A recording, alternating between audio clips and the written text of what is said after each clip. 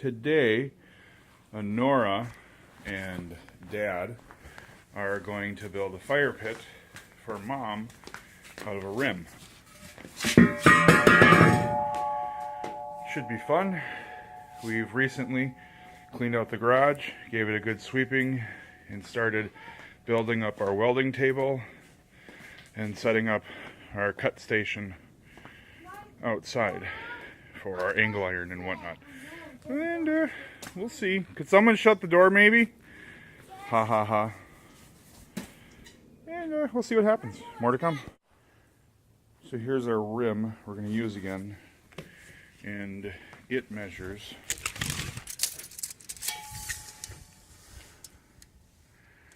avoid errors due to parallax. It measures about 23.5 so far. And what we're going to do is build the base box, or base box, well, stand if you will, about 2 inches larger than that, so about 23 for 5.5 outside. Overall, there's some crudely drawn pictures. So as you can see, the rim's going to be here and everything's going to be X amount out, and then we'll have legs coming up to support the rim, side view. There's a horrible 3D view. The legs are going to be angle iron, and we're going to lop off a little side, give a little bit of a dog ear to hold up against, so it'll look like that, kind of. But yeah, let's get some angle iron cut. So I'm going to use the rebar, not rebar, excuse me, the angle iron, and here, a better explanation. I'm going to cut, I don't know, 1 inch, maybe 2 off one, and that'll give that, well, now it's, yeah, you get the idea there. And then I have some wider rebar for possibly this project. Maybe we'll use it in another project. If you notice, the bottom of the rim had the holes in it, so I'll use this mesh netting for the bottom to hold, most of the embers in. But what it'll do is it'll allow the ash to fall through the bottom, and when the ash falls through the bottom, it's just not going to hit the ground. I've got my hands on a nice thick chunk of, not sure, I think it's galvanized, but we'll incorporate that into the fire pit too. I think the thought was to have a foot leg coming off the bottom of these things. But now that I look at that, that gets to be a little high off the ground, because the fire is going to be in here, and you build up the fire, yada yada, but you're already looking at a good 10 inches there, and raising that off the ground any higher, I want to do wind, I want to get some other stuff going on, so I think we're just going to cut the legs for this bad boy at 8 inches, and see how we feel about that. If we got plenty of material, we can always recut legs. Alright. So we had an issue with the spacing on our grinder, specifically my disc focus, and as you can see, without that extra spacing there, let's see if I can do this even better. I don't have enough space. I needed to add this spacer, or bushing nut, or whatever they technically want to call it, but I needed to add that, and then of course horse it down appropriately. I made a couple cuts already, cut 2 of my legs out, and just had a bugger of a time, and you can tell, yeah, it was sliding around on me, so I went ahead and used a clamp and a piece of wood to bridge the gap, these nice plastic sawhorses, and then I'll come back through, true up this edge, and then be able to cut out the rest of my stuff. So yeah, that's the cut table out here for right now. Legs are done right after the incident occurred. For those of you who have done this before, you know exactly what that looks like.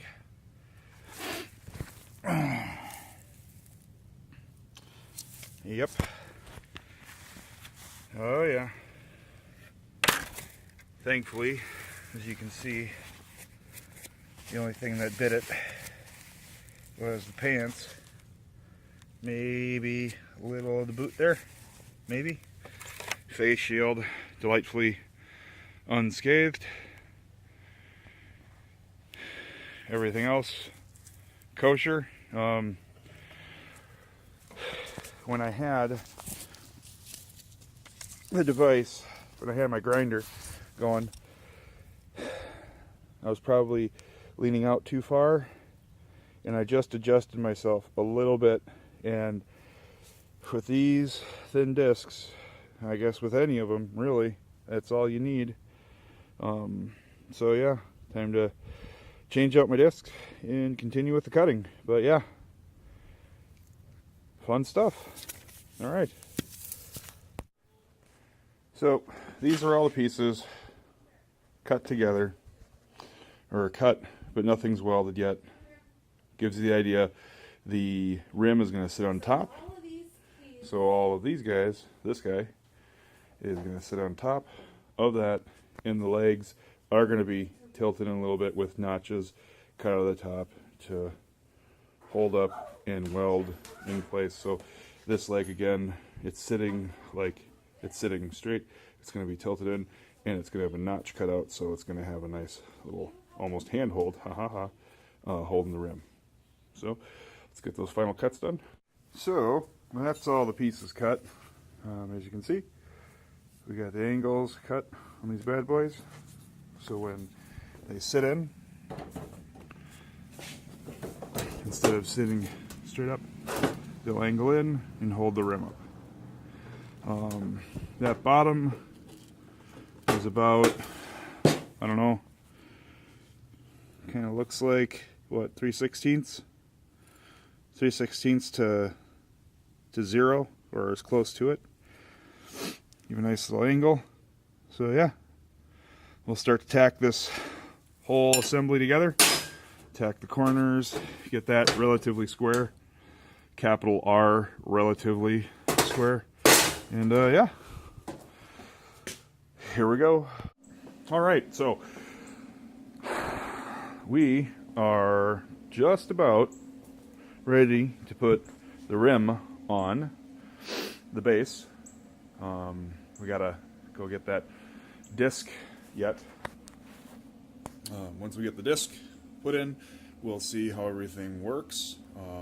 It's still up in the air. It's just for catching the ashes, and I'm not sure if it's going to be an issue or not, or whatever the case may be, but it's still something to do. Getting back to the base, we've had a chance to do some welding, and for those of you who pay attention to the welds, don't pay attention to these welds. I did my best to clean it up, losing some daylight here, but it's not bad. You know, it's not going to be holding the world's weight on its shoulders either, so there you have it. We'll get that rim put on, and then we're going to take some extra metal, and we're going to cover the hole in the center, and then leave the ones on the outside so we can get some airflow, and that should give us a good flame. But chat with you soon. Okay, so lots of fun. As it happened, I welded 2 forelegs in place, set the rim on it, and found out that it was not going to fit. Some of the legs, the angle was too steep. It was coming in, so of course I tried to do it the easy way and just pull them out, and snapped a few off. As you can see, the welds weren't very well. I had penetration on the leg, but I didn't have good penetration on the base. And I only had one side welded, or one plane of the angle iron welded as well. Still, what we're going to do is we're going to set up the rim on the 2 legs that are good, and then we're going to adjust the other 2 legs, tack those into place, and then weld the bejeebies out of it and see if it sticks. Had a chance to attempt to make the first design work, and it is not going to work, simply because the base, the square, is too small. The angle for the little uprights is too steep, as it stands to do what I'd like to have it do. So the question then becomes, what do you do? Do you put an extension on the base? You know, do we go ahead and do we cut the base in half on both sides and then add 4 more inches so I can get, you know, some good angle on this side, good angle on that side, and then in the center you just have your uprights? Or do you go back to the drawing board, quite literally, and come up with a new design? I think I'm leaning more towards scrapping the idea of having it raised like that, simply because I don't want to cut up the base and, you know, waste my whole Saturday evening trying to make a design work that may be intrinsically flawed. Because after you sit down and you think about it, really how much space does the fire pot itself need above the ground? It would have been nice to see the fire pot at this point raised 8 inches up off the ground, and then you would have had this full surface area to, you know, once this would get warm, then this would all radiate heat out for you, and then of course you'd have really good airflow coming up from underneath, you know, 8 inches of space. But really, is that what you need, 8 inches of space? Can we fabricate? Should I fabricate? That's the question that I want to answer myself tonight. Do I want to fabricate a little cage for the fire kettle, in this case the rim, to sit on top of, and then tack weld that to that, because and then it would get tack welded here as it stands. If we just pick this up, you can see from a flat plane, this would be the surface that it would be resting on. Originally, we wanted to have these guys do that number. This might be a design I'll come back to at some point, but I think I'm going to go to the drawing board, sketch some stuff up of just having this bad boy sit on top of a base, and what that would look like, what that would entail, and more importantly, when it comes right down to it, do I have enough material to make that happen? And do I want to use my rebar for this particular project or not? I'll make some drawings and get back. After we got back to the drawing board, we figured out a different way, and Sarah pointed out a few things about just changing up the design, which is good to go, because it's always nice to have someone else, and they're going to the library. It's always nice to have someone else give you a couple ideas. After she explained, you know, her concept and her thought, I just took it one step further and went, well, we're just going to get rid of the square base, and we'll use the existing 4 legs and cut a 5th one, and we'll just tack those to the rim first off, and then we'll build, you know, a pentagon base from there and call it good. So here's a side view, here's a top view. Yeah, sorry the pictures aren't that good, but after we have a peek at the rim, hey kiddo, after we have a peek at the rim and see what we're going to do, notice that I've already prepped a few of the spots. And my retainer was on my... Why are you recording me? Your retainer, huh? Yeah, my retainer. Where was it? It was on the kitchen table. I don't know where it is. So here, we'll get on the light side. We'll weld down, and we'll also weld up. Probably have to build a pile, and we'll do that on both sides. And once we get all the legs in play, focus, then beep, beep, beep, beep, beep, beep, beep. Take a few more shots. Time to get to it. So we've got 2 done. little tack. Little tack. Can't see it. Can't see it, but the welds are there. 3 more to go. Should be good. Well, my oh, it just went out. I had my overload indicator light came on, which means the unit was getting a little warm for operating. But in there, roll's almost gone.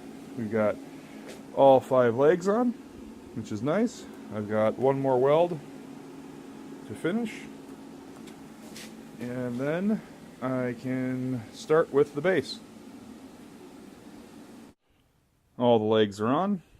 Now we're going to come back and we're going to clean up all this stuff so I have a good surface to span between 2 points.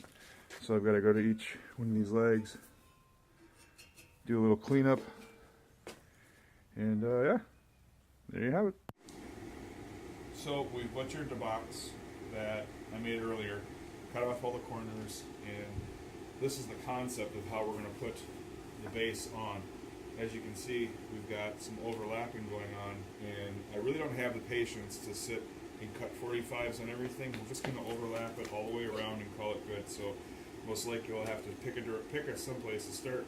I'll start tack weld in here to hold this piece in place on this leg, and then do another weld here, over here, go ahead, do a cut off, use the angle grinder, make a cut off, tack weld, cut, tack weld, cut, tack weld, wash, rinse, repeat till it's all done. So that should be good. Yeah. But yeah, right now everything is like in plumbing, just loose fit together as it stands. So we'll see what happens. All right. We've went ahead and made the first attachments to the legs, and I've also nipped off the this piece, how it just ran wild. Came by, cut it off, gave myself just a little bit to play with because I want to have focus. I want to have something here and here to build a bead on and connect, and then if I want to make it look pretty, I can always come back and you know, grind the bejeebies out of it and make it look beautiful. But let's just get the base on first. So okay, looks like got tacked, add another piece, put a piece in. Well, actually we can do that right now. I can give you kind of a, this is how we do it, because I'm going to need to cut another piece completely in order to continue on with the project. So let's go ahead and just gingerly put Mr. Angle Grinder there, and then we shove this piece down and put it in play. So see how that looks there, and then there it runs right up against it, and when I tack weld it in place, I'll tilt it up and tack it, give myself a little bit more there. Oh, that worked. And you can see I'm right on the edge. I can't move that any more forward, so that'll be a nice little bead built up in there. Let's see, can we get from the inside over here? So yeah, the clamp, maybe clamp, you know? We'll just tack it and go. Alright, we've got the base completely welded on and tacked as best as we can get it, and we are going to call it a night because it's a Sunday night and I don't want to make my neighbors too mad at me. That said, I'm going to work on this tomorrow. I got to clean up the shop a little bit here, and then allow it for the van to park in. Let's see. Then there's always dinner. That's always good. And then, yeah, we'll either work on this throughout the week or wait for the weekend and then knock it out, and get it taken care of. We still have yet to put in our expanded metal mesh. Right in here on the reverse side, of course, and that's just to hold, you know, the larger embers and whatnot in place. I know I spoke about having these side holes here and the whole idea of embers falling out, and you know, it was just, it's a fire pit. It's a different type of fire pit. It's something that's something that I made for the better half, and I'm sure you could go out and you could buy ones that are even, you know, twice, if not 15 times better, out of different metals and whatnot. But hey, everyone's got to do something on the weekend, right? So we will get to this, and we'll see what happens next. So we got everything put away for the night. Nice, clean garage. Everything packed away. Woohoo. Man, I have to reorganize this place. Anyway, so that's the fun of this weekend. Yeah. Let's see. This should be like part 1 or part 2 or something. Something like that. But real quick, that's what it looks like sitting on its base. We're gonna have that expanded metal on the bottom covering the big hole. We're gonna leave the little holes open. There you have it. Woohoo! Sticks. So we set up the shop again. Here's my Sit Lovely assistant. And finished tack welding the legs onto the base. Really can't see. Lighting's not as good as it could be, but next step is to get the expanded metal in. So we're going to trace it out and then get the right tool, cut it out, and then tack it in place.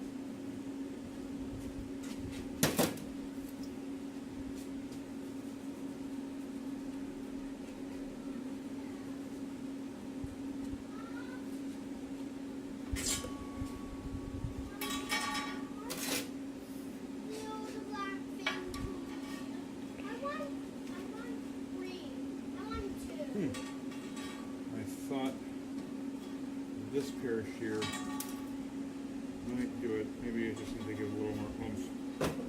Yep, a little more oomph was needed. Some of you might say, why don't you get out your wire wheel? Well, I live in the heart of suburbia. When you do that, you really don't want to have bad relations with your neighbors. So you gotta use more quieter approaches sometimes.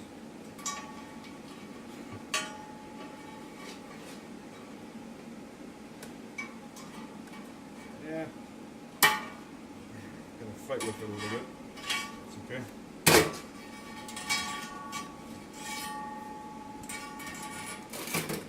I think I'm current on my tetanus, aren't I? Yes, you're all current.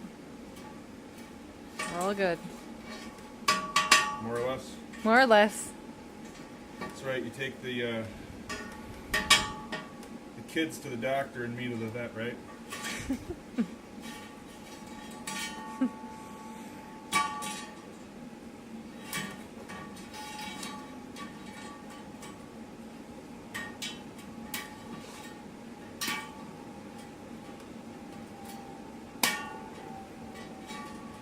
going to snip away at this a little bit more.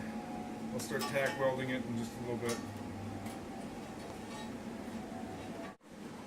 So the next thing we did was we cleared out, or we cut out the circle, and then we came back into the rim here and cleaned that out. I'm going to give it a quick wire brush on the inside so I have a lot of surface to weld and tack to without issue. Yeah. Should be. Alright. So we have the bottom in the basket, or the kettle rather. Went ahead and tack welded it in. You know, it doesn't have to be pretty, it's just got to hold the metal in place. So the next idea, of course, was to take the remaining mesh that we have and cut it and tack it like such. So yeah, again, we wanted to cut it and tack it. It would look kind of like that. Get a better shot here. Don't know yet, but as per the kettle is concerned by itself, we've got a finished thing. We should get a fire going in this. Wonder where Sara is. In the house somewhere. All right. We'll see what she thinks. You know, a person would think they could leave well enough alone, but you know, not this cat. Wait, ooh, what's that? Okay, we found that mesh. You can see we got that in there, and then I thought, you know, we could do the mesh here in this space, or I could take the extra that I have and just make it a little bit bigger and then just let the fine particulates fall now. And it's not as though I don't have the material to work with. So what we're going to do is we're going to cut it 6 inches by 3, thereby giving myself enough to weld on either side of the hole. And we're going to cut out 5 of those and put those on and see how it looks. What did we learn from this? Leave well enough alone? Hell no. So we covered the holes. Check that out. Not the prettiest ones. Lessons learned from this. It's really, if you want to get done better, and this is, you know, coming from a novice, inexperienced welder, really sand off that area that you're going to weld to. You want to make that nice connection, and I went through a lot of wire just bundling up on the end of my gun, trying to get stuff off, and yeah.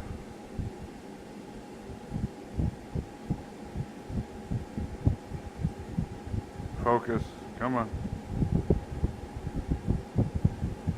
Anyway, gun's dirty, that's okay.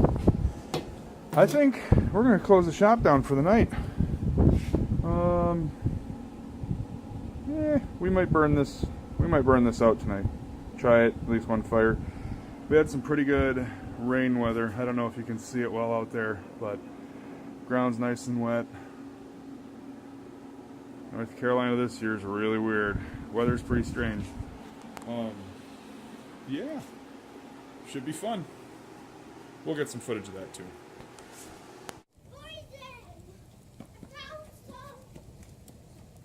And we're burning the kettle out. Got some wood, enough for a couple full kettles. Another bundle's in there already. Just gonna cook the bejeebies out of it.